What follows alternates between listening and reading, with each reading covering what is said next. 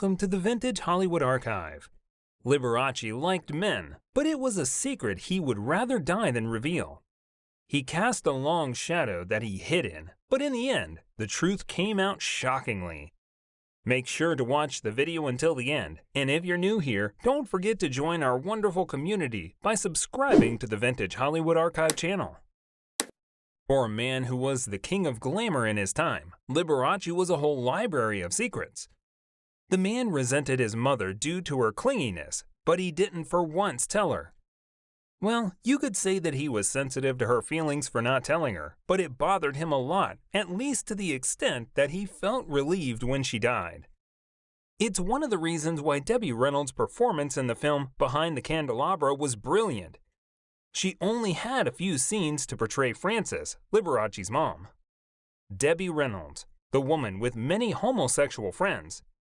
She was the person studios called if they wanted to hide that their male stars loved other men. Debbie went on dates with these men and have Hollywood media houses pictures they could use. Reynolds also went on dates with Liberace, but it wasn't to hide his preferences. The both of them were real friends. They were performers in Las Vegas, and they hung out a lot. Liberace was even like a chef for Reynolds. They ended a day or night by going to Liberace's to eat dinner or breakfast depending on what you want to call it. They were night crawlers. Liberace could be himself around Debbie, but he never once opened up to her about what he liked or who he was with. But at least, he let Debbie in his space. That was a lot compared to his fans, who he completely hid from. They couldn't know he was a homosexual man. It would ruin his career, as they were mostly middle-aged women, and they could have stopped going to his concert if they found out. Or maybe they wouldn't have cared at all. If they did care about Liberace's sexuality, then Liberace's Road City show would have tanked, but it didn't. You see, Liberace couldn't hide his secret forever, but he tried. He had a battle with UK's Daily Mail. They wrote stylishly about him loving men, and he sued them. He won both in court and outside of it, as he briefly dated a woman at the time. Then there was the Hollywood Confidential article, which could have been even more damaging. He sued them and won too. In the end, it was the man he was with for about 5 years that spilled beans. Scott Thorson sued Liberace for palimony, which was what unmarried lovers got when they took their lovers to court. Liberace settled out of court with Scott, but there was no hiding it anymore. Everyone knew, including his many women fans, but they still loved him and continued to attend his concerts. His career didn't fizzle out as he thought it would. But the entertainer didn't exactly admit that he liked men. He denied it, and when it became normal for people to reveal their preferences, he couldn't. He had lied so much that he didn't feel like he deserved the freedom that came with the truth. So, till the end of his days, he never was truly free to be himself. But he did make all his fans go wild and gave them happiness even if he didn't have any. With Liberace, it was always the question of how. How did the man make middle-aged women throw out their sensibilities and act like little schoolgirls? Most entertainers attracted teenagers and women in their early 20s. Liberace attracted mothers who screamed and moaned when he performed on stage. And this happened for years with his ridiculous fan base growing with each show. These women weren't fawning over his talents, even though he had an abundance of it. He wasn't selling as many records as the other musicians, but he was the highest paid one at some point, raking in about $5 million in a year. Even Liberace would admit that he didn't think he was that talented. "I'm no good, I've just got guts," he said. So how did he become one of, if not the most commercial musician of his time? For that, we have to take a trip down memory lane. All aboard the Liberace Train Express.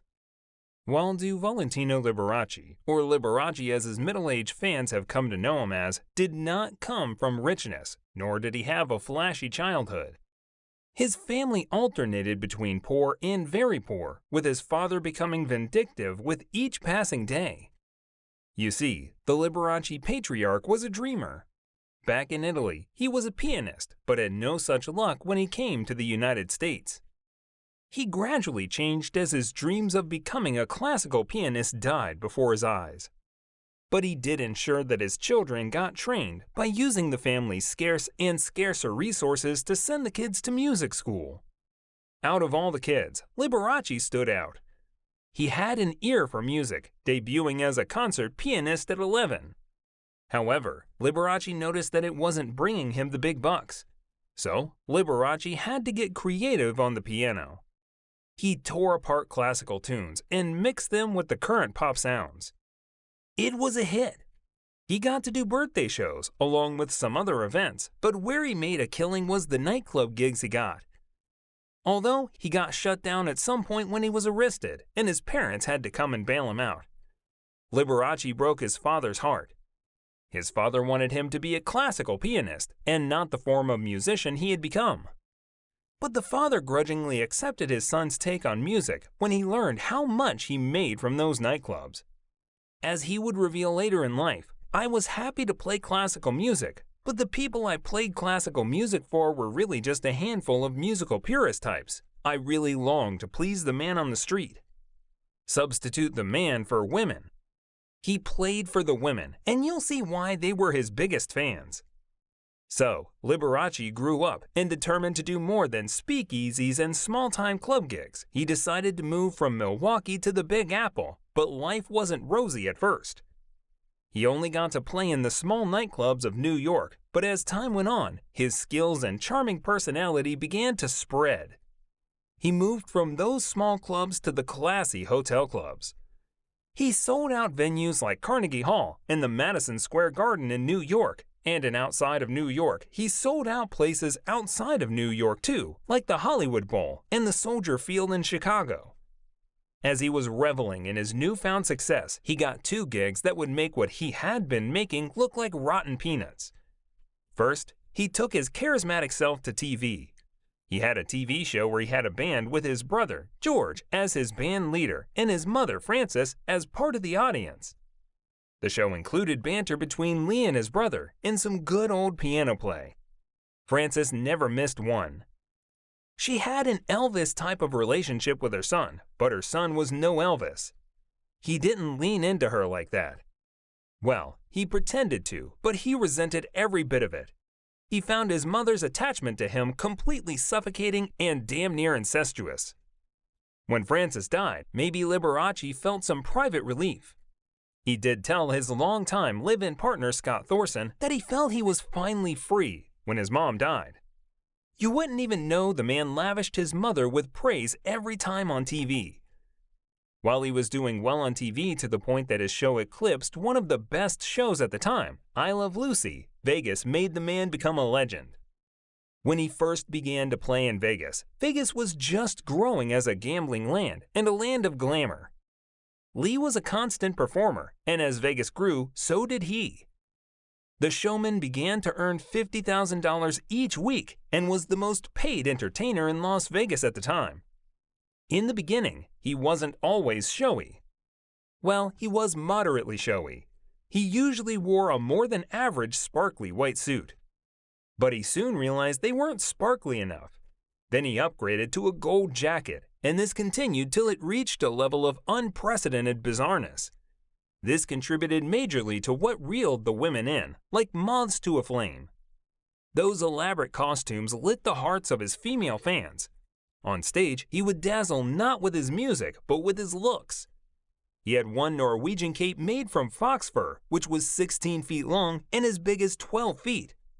He was a magnificent train, and according to Lee, it was the most expensive in the world with only 2 of it ever made. Lee bragged to his audience about owning the 2, and they were amazed. Somehow, he even made them more amazed. In the same performance, he dressed up in a pink-colored glass suit studded with silver beads. When the light shined on the suit, Liberace became shiny and sparkly. "I don't wear these to go unnoticed," the star performer told his audience at the performance. Then in that same show, he outdid himself in terms of dressing, and each time he got his audience fawning over him. It wasn't any better when he toured. The flashiness followed him everywhere he went. The talented pianist would wear on his tours a tuxedo with diamonds that spelled his name, a cape that was made from chinchilla that was worth $60,000. He even had a King Neptune costume that had 200 pounds worth of pearls and seashells. It wasn't only his clothing that was glamorous, even his grand piano was embedded with diamonds. His stage boys were every part of the act. These handsome young men drew sexy eyes from the audience, but they didn't take the affection and adoration the audience felt for Liberace. They moaned and laughed at every little thing that Liberace did or said. Even his often repeated joke, where he told the audience that he was glad they liked what he wore, and the fact that paid for it drew laughs all the time. The man would even say something like, "I've had such a marvelous time, I'm ashamed to take the money," and for dramatic effect, they concluded that he would take their money. Liberace was irresistible. His shows gave his audience everything, and they knew that they would always get something fresh each time they went. Part of his act involved flying over the stage, strapped in a harness while wearing a cape made of feathers. Then there were the jugglers, sexy showgirls, light shows, water fountains, elephants, singers, and even an orchestra. And as he said, you can't take anything for granted as an entertainer. You have to be surprising, find new things to make the audience stand up and take notice. And that was what he did. The man always gave his fans premium entertainment.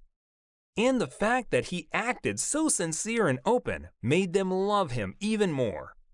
They loved him to the extent that they wrote him thousands of letters, some containing marriage proposals, but Lee remained coy and elusive. The real reason for this was that he loved men, but the audience didn't know. They couldn't know. But despite his best efforts, he managed to offend his teeming fans. Oh no. It wasn't because he told them of his sexual preference. It was because Liberace dared to engage another woman. Lee needed to pretend to be into women. Part of his act was to engage a woman, even if they wouldn't marry. His fans were crushed at the engagement. They wrote letters of protest. Liberace marrying meant they couldn't, and we are sure they must have been happy when the engagement was called off. Liberace had to be unmarried because they had built a fantasy around him. In a way, Liberace freed them from their reality and made them feel special. Their fans didn't want to lose that, and Liberace himself didn't want to lose his fans. It was a win-win. So, they enjoyed their unmarried performer and continued to send him Valentine's letters each year. The other part the fans loved was his music, but maybe they didn't love it as much because Liberace didn't sell many records as other singers at the time, as we have previously mentioned. Liberace was more focused on general entertainment, while his competition just relied on their singing talent and not as much on elaborate showmanship. Despite not selling as many records, he still made money more than his competition. Even if they wanted to compete on showiness, we doubt they could have met up with the standards Liberace had set. On stage, off stage, the performer lived and breathed glamour. When he moved to Vegas, his permanent presence brought more business. Wives who came to concerts and husbands who came to gamble. No other musician had that kind of pull. The mansions he lived in when he was in Vegas were excessive. It was almost as if Lee encouraged people to go big or go home. His mansion had antiques and lavish furniture and extravagant pianos. He had a pool that was designed like a piano. Then there was the museum. Lee built a museum, or as we like to call it, his house of bizarreness. The museum had a gold casting of the entertainer's hands, candelabras, a piano plastered with rhinestones and placed on a rotating platform, antique pianos, exotic sports cars, and the biggest rhinestone in the world. As excessive as this seems already, that's not all. There was his stage jewelry and his extravagant wardrobe. So, other competitors couldn't compete with him on glamour, but they could try on his talent. It wasn't even as if the man didn't have talent. Before he became the epitome of glamour in the glamorous city, he was a pure entertainer. So, to go with his elaborate costume performances, he performed. He played his piano, continuing the trend of merging classical sounds with the newest sounds available at the time. He reduced the length of classical music and made them short and enjoyable for his fans, and if he had time left, he played around the piano and shake things up even more. His audience loved his showy piano sounds, but the critics hated it. They laid into Liberace so hard that he had to defend himself by reminding his critics that he was rich. But even his critics came around eventually. After working non-stop from 1984 to 1986 on a project he called The Radio Show, critics saw the light and called him a one-of-a-kind musical monument. It was a moment of triumph for Liberace, and it couldn't have come at a better time. The performances were like a farewell performance, as a few weeks later, the genius showman fell sick. It got to a point where he couldn't get out of his bed, and after a month of being bedridden, Liberace died. While there was a rumor about him having AIDS, Lee and his agent tried to quash the rumors, but the cat was out of the bag when he died. He was the peak artist of his time, a god of music showmanship, but wasn't immune to death. Just maybe he could have lived longer if he had spent more time caring for himself and admitting he needed help. But that can't be changed now. Liberace is gone, and his sparkles dimmed, but his addition to showmanship? No one would ever forget. Liberace could not escape the truth, and he could not escape death.